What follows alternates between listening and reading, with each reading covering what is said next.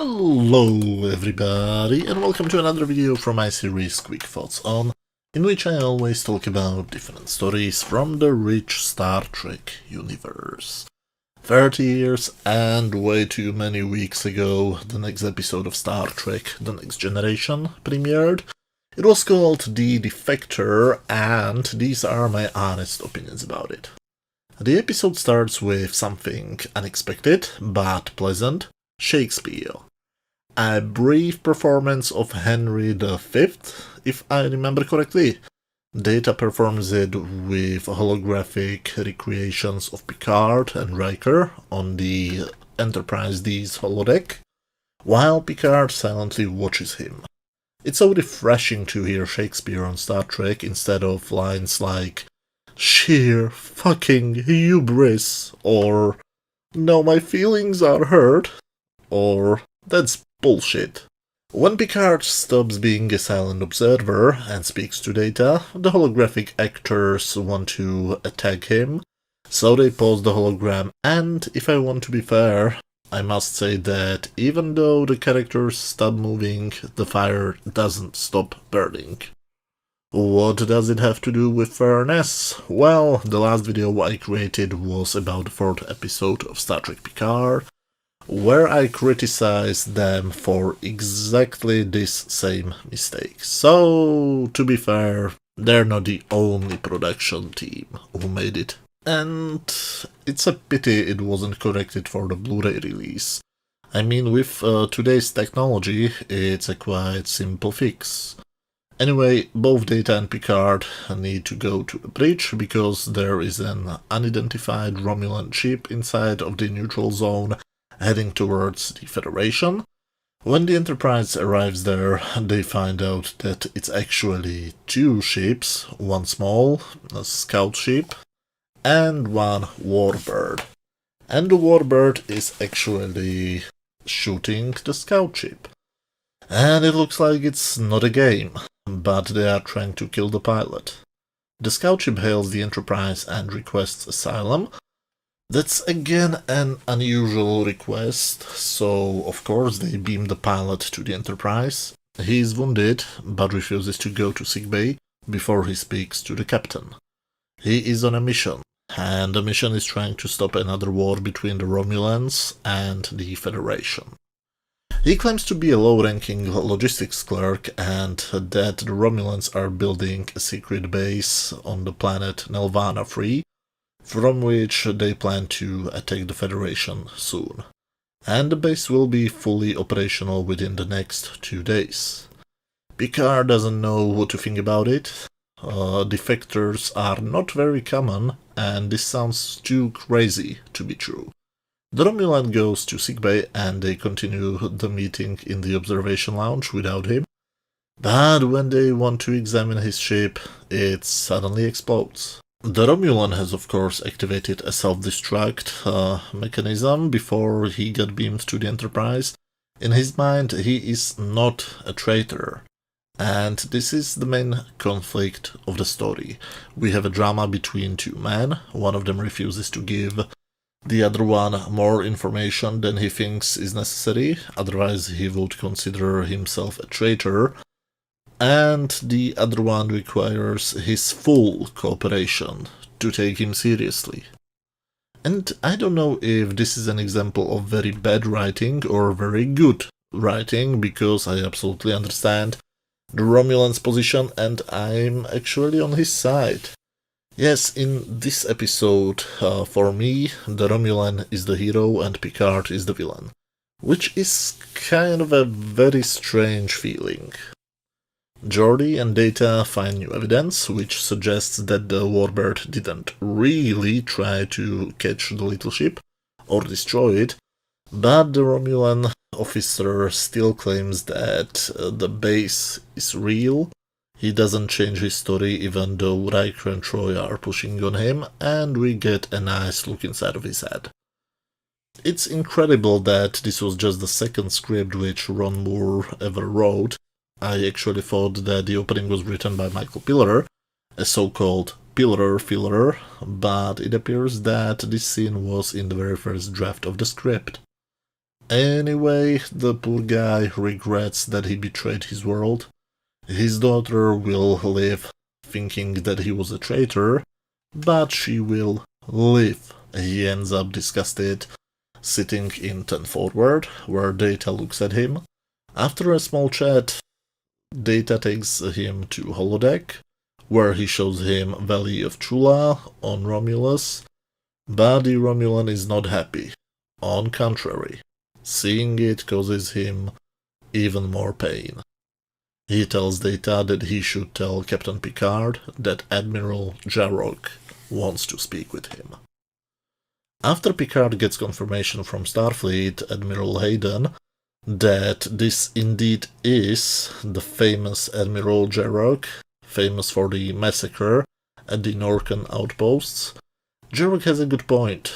Things which are considered massacres by one side are also considered to be heroism by the opposing side. They talk together and Picard starts to believe Jarok's story, even though he is a war criminal or a war hero depending on whose side you are, or maybe because he is who he is, he wants peace between the Federation and the Romulan Star Empire. In the end of the typical Picard speech, Jarok gives up and starts to fully cooperate, even though you can see that he's ashamed that he's doing something like that. Picard orders the Enterprise to Nelvana 3, but when they arrive there, there's absolutely nothing going on, which would look like a secret base being finished. Jarok doesn't understand what's going on. He was reading reports for months. Well, the explanation is actually pretty sad. This all was a trap to the Admiral. He was disappointed with the government and he was openly anti-war, so this was a trap to test his loyalties, and he failed this little test. So now he will have to live the rest of his life knowing that he betrayed his people for no reason. But when you think this episode is over, something unexpected happens. When Picard orders the Enterprise to quickly return home, two Romulan warbirds decloak and they are greeted by Commander Tomalak. I like consistency, that they started to use the same characters and references to previous episodes.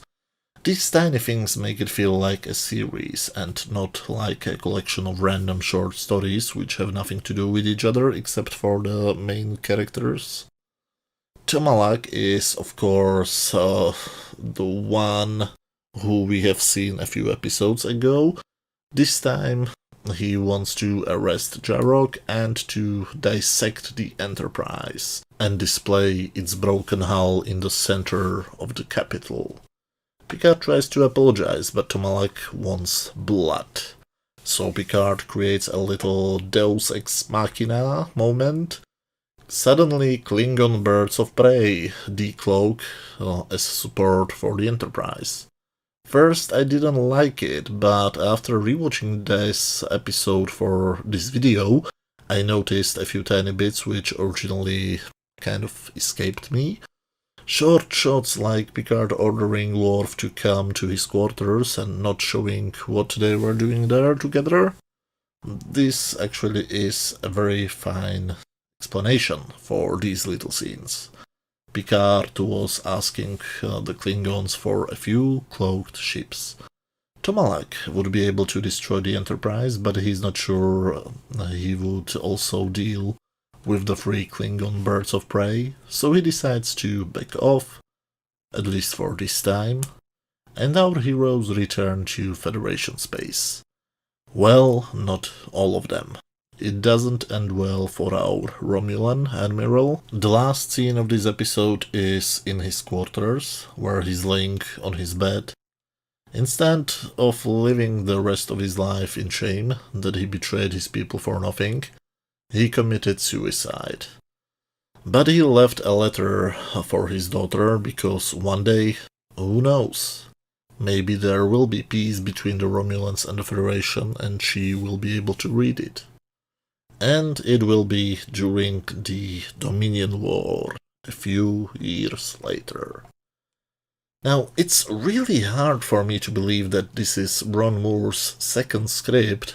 To be honest, it feels like this was written by somebody who had at least 10 years of experiences in the industry, which is a completely different feeling from the one I get when I watch Star Trek Picard. There are many people who believe that Star Trek works best as an action show, but in my opinion the best movies and episodes have no or almost no action in it. This is again a little psychological drama, dealing with things like honor and desire for peace.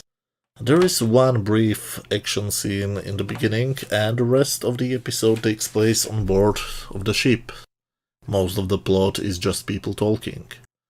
That is a tough thing to shoot in a way which will be interesting, because dialogue-based episodes tend to be kind of boring, but this one works. Why are scripts written by, well, in that time, kids who had no experience in the industry better than scripts on modern Trek show?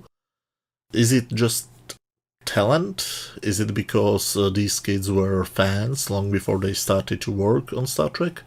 Is it that because of the limitations created for the show by Roddenberry forced them to be extra creative? Honestly, I don't know why I like these old episodes much more, but I simply do.